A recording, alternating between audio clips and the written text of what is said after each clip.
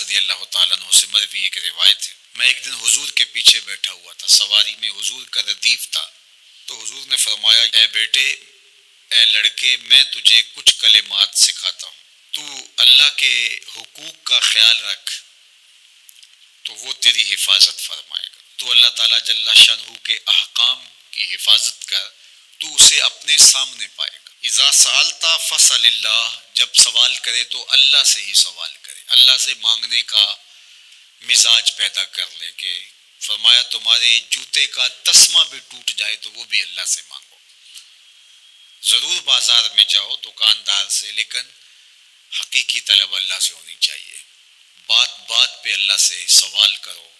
بڑی سے بڑی چیز بھی اس سے مانگو، چھوٹی سے چھوٹی چیز بھی اسی سے طلب کرو،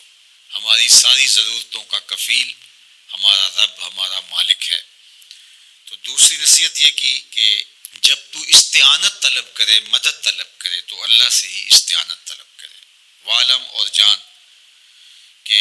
اگر ساری امت، سارے لوگ، پوری قوم جمع ہو کے تمہیں فائدہ پہنچانے کی کوشش میں لگ جائیں تو تمہیں وہی فائدہ پہنچا سکتے ہیں جو تیرے لیے تیرے رب نے لکھا ہے۔ اور فرمایا وَإِنِ اجْتَمَعُوا عَلَىٰ أَن يَضُرُّوكَ بِشَيْءٍ، اور اگر تمہیں نقصان پہنچانے کے درپے ہو جائیں،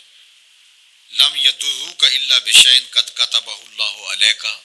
تو تجھے صرف وہی نقصان پہنچا سکتے ہیں جو اللہ نے تیرے لیے لکھا ہے۔ سارا زمانہ بھی مخالف ہو جائے، تیرا کچھ نہیں بگاڑ سکتا، ہاں تیرے مقدر میں اگر کوئی چیز، کوئی بگاڑ لکھا ہے تو وہ ہوگا، اس کا ذریعہ وہ بن جائیں گے، تو اس لیے پھر اسی سے مانگو، اسی سے طلب کرو۔ رفعت الاقلام وجفت الصحف، جو لکھنا تھا اللہ نے لکھ دیا، لکھنے کے بعد قلم اٹھا لیا گیا اور جن صحیفوں پہ لکھا تھا وہ خشک ہو گئے، اب کتابیں بند ہیں، تو اس لیے اس نے تیرے لیے جو لکھا ہے وہ ہو کے رہے گا، تو خام خواہ لوگوں سے ڈرنے کی ضرورت نہیں ہے، اور تیرا فائدہ، تیرا نقصان اسی کے دستے قدرت میں ہے، تو اسی سے طلب کر، اسی سے مانگ۔ اور فرمایا تو اللہ تعالیٰ جل شانہ کو رخاء میں، خوشحالی میں یاد کر، یعرف کا فی الشدہ،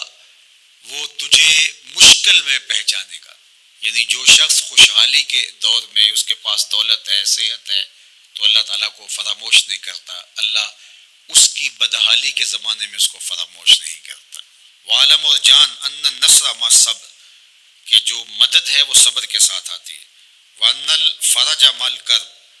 اور کشادگی جو ہے وہ مشکل کے ساتھ آتی ہے، وان مع العسر یسرا، اور سہولت جو ہے وہ مشقت برداشت کرنے کے بعد آتی ہے، تنگی کے بعد فراخی آتی ہے، پہلو مشکل پھر تمنا، پہلو کنڈا پھر پل،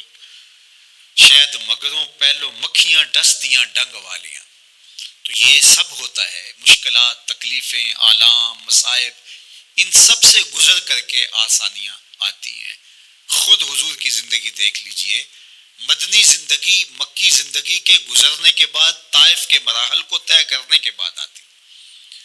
تو ہم ڈائریکٹ اگر چاہیں مکی زندگی کو اختیار کیے بغیر اور طائف کی مشکلات اور سنگلاخ راستوں سے گزرے بغیر